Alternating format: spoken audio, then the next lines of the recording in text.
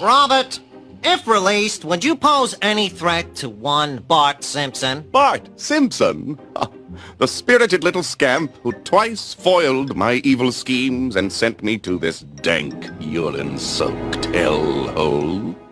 We object to the term urine-soaked hellhole when you could have said pee-pee-soaked heckhole. Cheerfully withdrawn. Well, what about that tattoo on your chest? Doesn't it say die, Bart, die? No, that's German for the Bart. The. No one who speaks German could be an evil man.